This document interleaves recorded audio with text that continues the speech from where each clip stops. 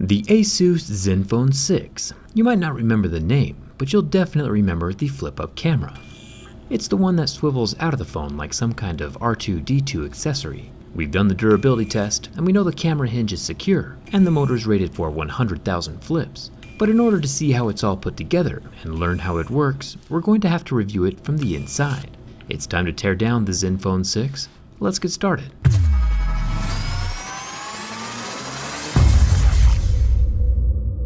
The Zenfone 6 is built like most other glass and metal smartphones, with a large glass panel on the back held on with adhesive. There's no water resistance rating on the Zenfone 6, so I assumed it would be easier to take apart. But I was wrong. The adhesive holding the thing together is incredibly goopy and strong, and really hard to slice through. But I eventually managed to make it happen, and I removed the glass. There is one long fingerprint scanner ribbon attaching the back panel to the phone still. I'll pop off that fingerprint scanner from the glass and set it off to the side. You'll also want to watch out for the fragile Google Assistant ribbon cable that's super close to the edge of the phone. I went ahead and accidentally on purpose sliced mine in half as an example of what not to do and what you should avoid. The phone should still work though, even if I did kill the assistant. There are 7 Phillips head screws holding down the black plastic plate. Then I can unsnap the fingerprint scanner ribbon and lift off those plastics. The NFC coil comes off as well. I thought at first this might make a cool looking transparent phone, but then I changed my mind. Mostly because the majority of the flippy camera is hidden underneath the metal camera housing and would not be visible in a clear phone. Let's take a closer look. I'll unplug the battery from the motherboard for safety, since we do want this phone to turn on again someday. And I'll grab the singular battery pull tab down here at the bottom. But then, without even pulling, the battery falls away from the phone basically all on its own. That's a pleasant flaw in the assembly process for me. Thumbs up for an accidentally too easy battery removal. The Zenfone 6 has a massive 5000 mAh battery, which is twice the capacity of the iPhone XS. You can see the 2 pretty worthless battery adhesive strips down here pretending to do their jobs. I'll unclip the 2 extension ribbons like little Legos.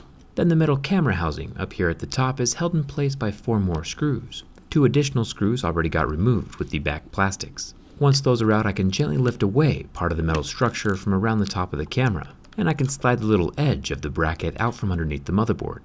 Even with that support bracket now gone, the camera is still solidly in position.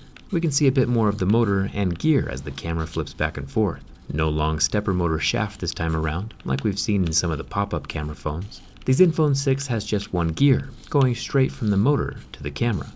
The camera control ribbon connector is also very different. It's not like the little Lego style this time around. I'll remove the 1 motherboard screw and disconnect the 3 additional ribbon cables and 2 more wire cables, and then lift the motherboard out and away from the frame, revealing yet another motherboard.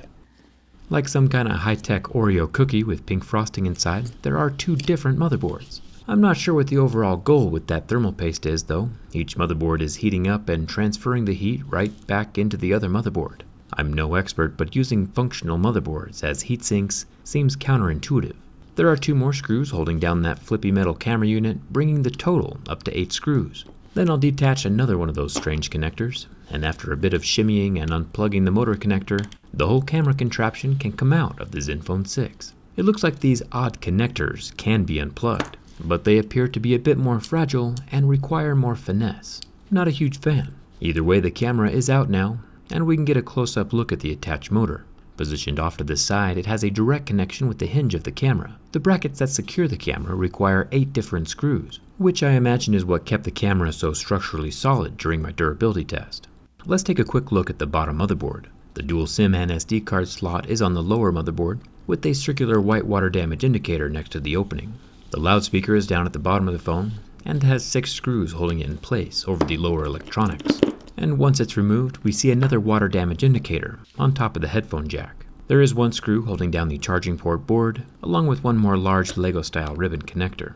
Then the charging port can lift up and out of the phone. The USB-C charging port does have a black rubber ring around the tip to help cushion the port and provide some water resistance, but as a whole, the phone is not water resistant at all. The front screen is permanently glued to the metal housing, like we've seen in a lot of other glass and metal phones. It can be replaced, it's just difficult. It's time to get everything situated back inside of the Zenfone 6, so I can clean up the mess I made with all the internal guts spread out everywhere on my desk. Before putting the motherboard sandwich back together, I do need to clip in the strange camera cables that Asus is using. Still not a huge fan. They don't slide in easily like the Lego style ribbons, and it makes the whole repair much more difficult. Finally, after hopefully getting it clicked in, I can put the Oreo motherboard halves together with the strawberry frosting in the middle.